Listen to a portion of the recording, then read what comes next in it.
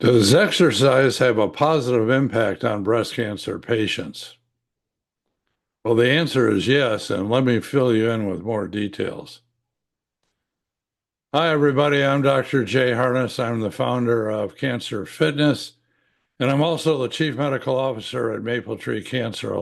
Well, here's the talk that I call Impact of Exercise in Breast Cancer. It's information from myself, Doctors Katie Schmitz and Karen Wonders. One of the things that most of us are not aware of is this tremendous history of clinical trials looking at the impact of exercise on cancer patients in general, including all cancers. It really began back in the 1990 and has continued forward up through 2023. We've got over 2,600 clinical trials resulting in 5,000 publications or more. So the term exercise oncology, what is exercise oncology? Well, a good way of thinking of exercise oncology is that it's an adjunctive therapeutic approach to cancer patients emerging from all these clinical trials conducted over the last 30 years. These clinical trials have resulted in moderate to strong evidence of the positive impact of exercise on patients, their fatigue, their anxiety, their depression, their quality of life, physical function, sleep, bone health, and breast cancer-related lymphedema. The programs that have developed out of these clinical trials are evidence-based programs of supervised, individualized exercise training done either on site at cancer facilities, cancer institutions, or virtually. If we look at the summary of all this evidence over the years on its impact on breast cancer survivorship, the numbers are really impressive. If we maintain post-diagnosis physical activity, we can see a lowering of cancer-specific mortality around 31%, a lowering of recurrence risk by about 22%. But here's the biggie. This is called all-cause mortality. It means dying from things other than cancer itself. And we're talking here about a 41% reduction in risk.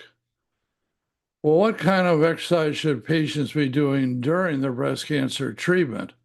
And obviously, the importance of this is to improve the symptoms during treatment as well as the side effects. And it is recommended that breast cancer patients, or for that matter, other cancer patients, perform aerobic exercise, moderate aerobic exercise, 30-minute sessions, getting your heart rate up for 3 to 5 times weekly and 2 to 3 times weekly of some strengthening exercises. And here's some really important data from the Maple Tree Cancer Alliance that maintains a prospective database on now well over 12,000 patients. But here's the results from a little over 11,000 patients on the physical and psychological impact of exercise during active treatment.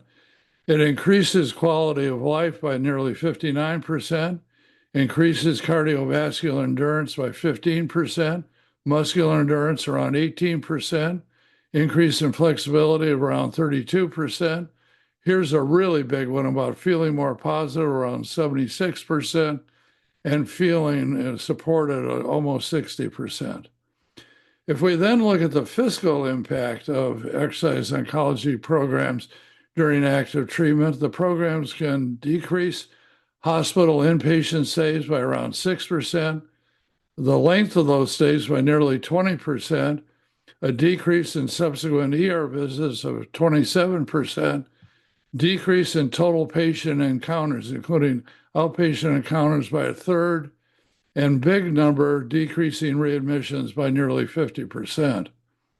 Once people get into their long-term survivorship, the national and international recommendations for moderate intensity activity is 150 minutes to 300 minutes a week. Well, this 150 minutes would be 30 minutes a day, five days out of the 7 days of the week. And to also then combine that with 2 or even 3 days a week of resistance exercise. The National Accreditation Program for Breast Center Standards now want the centers to document policies on exercise recommendations.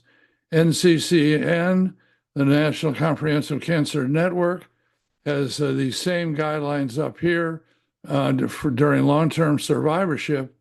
And in Australia, their National Oncology Association has already made exercise a standard of adjunctive care. So how do we make exercise programming a reality? Well, basically, there's sort of three models. One is the group fitness model that could go on at a medical center, or more appropriately, perhaps out in fitness centers, such as Livestrong is a good example, or other group exercises, and wanting to have the, like dragon boat racing, want to have these group exercises supervised by somebody certified to work with cancer patients.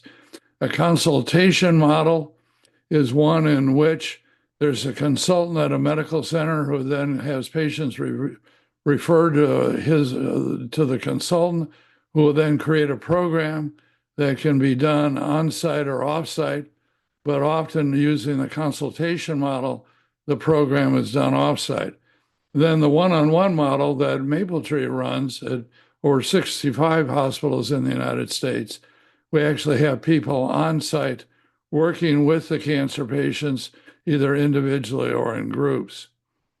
Exercise oncology clinical programming has been proven to be effective for the 8 common symptoms that cancer patients deal with.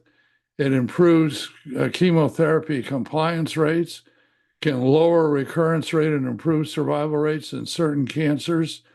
As I pointed out, can certainly lower all-cause mortality, almost no matter which cancer it is cost effective, and we're working very hard in the United States to make it a standard of adjunctive care.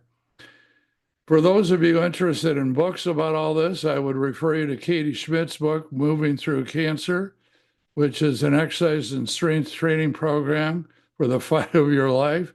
Really empowers patients and caregivers in 5 steps. And then we would like to welcome you to visit with us at cancerfitness.org.